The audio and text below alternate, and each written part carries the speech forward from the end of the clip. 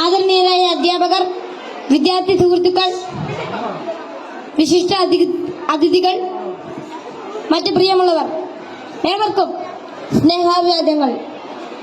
മാനവ ചരിത്രത്തിൽ ഇന്നുവരെ നേരിട്ടിട്ടുള്ള എല്ലാ ദുരന്തങ്ങളെക്കാളും ഭയാനകവും പ്രകൃതിശേഷിയേറിയതും നാശകരവും പ്രത്യാഘാതം ദീർഘകാലത്തേക്ക് നിലനിൽക്കുന്നതുമായ ഒരു മഹാവിപത്താണ് ലഹരിയുടെ ഉപയോഗം.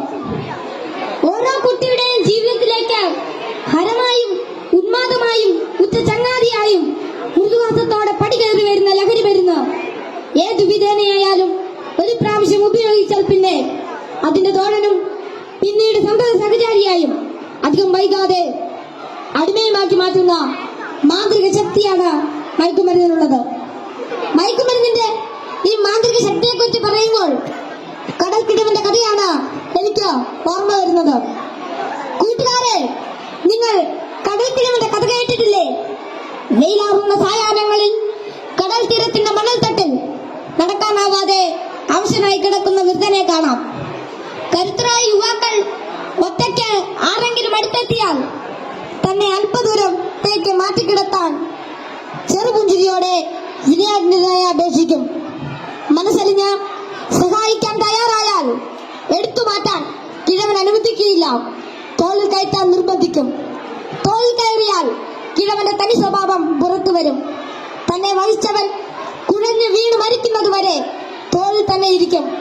നന്നേ ഭാരമുള്ള കിഴവനെ ചുമന്ന യുവാവ് മരിച്ചു എന്ന് ബോധ്യമായാൽ ഇറങ്ങി അല്പമകലെ മാറിക്കിടക്കും, അടുത്ത ഇരയെയും കാത്ത്. ഇതുപോലെയാണ് ലഹരിയുടെ ഉപയോഗവും. ഒരു പ്രാവശ്യം രുചിച്ചു നോക്കിയാൽ പിന്നെ രക്ഷപ്പെടൽ അസാധ്യം എന്നല്ല, എന്നാലും വലിയ പ്രയാസം തന്നെ. മയക്കുമരുന്ന് ഉപയോഗിച്ചിറങ്ങാൻ പ്രേരകമാകുന്ന ഘടകങ്ങൾ പലർക്കും പലതാണെങ്കിലും പരിണിതഫലം എല്ലാവരിലും ഏതാണ്ട് ഒന്ന് തന്നെയാണെന്ന് പറയാം.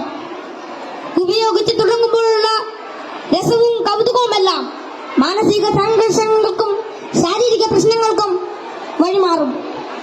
പിന്നീട് ഇതില്ലാതെ ജീവിക്കാൻ കഴിയില്ലെന്ന സ്ഥിതി വരുന്നു. ലഹരിക്കാംശമായ പണം കണ്ടെത്തുന്നത് പ്രയാസമായി തീരും. അപ്പോൾ അതിനായി കുറുക്കുവഴികൾ തേടുന്നു. അങ്ങനെ അധാർമിക ജീവിതത്തിനും കുറ്റകൃത്യങ്ങൾക്കും പ്രേരിപ്പിക്കപ്പെടുകയും കുടുംബത്തിനും സമൂഹത്തിനും നിയമപാലകർക്കും തലവേദനയായി മാറുന്നു. ഇതിന്റെ എല്ലാം ബാക്കി പത്രം എന്ന് പറയുന്നത് നിരാശ, ഏകാന്തത, മാനസിക പിരിമുറുക്കം, ശാരീരിക പ്രശ്നങ്ങൾ, മാനസിക വിഭ്രാന്തി എന്നിവയാണ്. ഈ പ്രശ്നങ്ങൾ ഇവരെ നിഷ്ക്രിയരും നിർജീവനുമാക്കി തീർക്കുന്നു. അങ്ങനെ കുടുംബത്തിന്റെയും സമൂഹത്തിന്റെയും നട്ടെല്ലാകേണ്ട ഇവർ വീടിനും വീട്ടുകാർക്കും നാടിനും തന്നെ ബാധ്യതയായി തീരുന്നു. ലഹരി ഒരു മഹാവിപത്താണ്, സമൂഹത്തെ കാർന്നു തിന്നുന്ന മഹാവ്യാധി. ഇത് ബാധിക്കുന്നതാകട്ടെ നാടിന്റെ സമ്പത്തും രാഷ്ട്രത്തിന്റെ അടിത്തറയും നട്ടലുമായ കൗമാരത്തെയും യൗവനത്തെയും. കുപ്പിയിൽ നിന്ന് തുറന്നുവിട്ട ഭൂതം പോലെ നമ്മെ ഒന്നോടെ വിഴുങ്ങുവാൻ വായ് നല്ലറിയാത്തടുക്കുന്ന ഈ ദുർഭൂതത്തെ നമുക്ക് ഒറ്റക്കെട്ടായി നേരിടാം. ലഹരി എന്ന മഹാവിപത്തിനെതിരെ സന്ധിയില്ലാ സമരത്തിനായി നമുക്ക് അണിചേരാം. മയക്കുമരുന്നിന്റെ ഉപയോഗത്തിനും വിതരണത്തിനും വ്യാപനത്തിനുമെതിരെ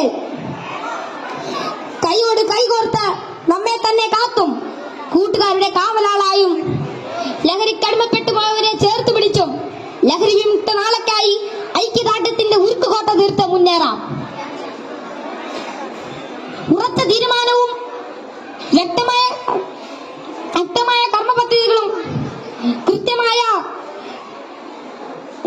ബോധവൽക്കരണവും കൊണ്ട് നമ്മുടെ കൂട്ടുകാർക്ക് ചുറ്റും നമുക്കൊരു രക്ഷാവലയം തീർത്ത് മനവും കരവും ഒന്നായി ചേർത്ത് ഉറക്കെ പാടാം. ശിരസ്സുയർത്തി പറയുക ലഹരിക്കടിപ്പെടില്ലൊരു നാളും നാം. ശിരസ്സുയർത്തി പറയുക ലഹരിക്കടിപ്പെടില്ലൊരു നാളും നാം. വരം കണക്കെ കിട്ടിയ ജീവിതം എറിഞ്ഞുടയ്ക്കുകയില്ല നാം. വരം കണക്കെ കിട്ടിയ ജീവിതം എറിഞ്ഞുടയ്ക്കുകയില്ല നാം. ശിരസ്സുയർത്തി ശിരസ്സുയർത്തി ശിരസ്സുയർത്തി പറയുക ലഹരിക്കടിപ്പെടില്ല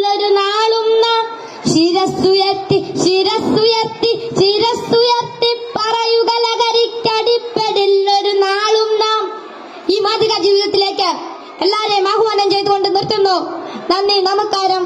താങ്ക് യു ആൾ.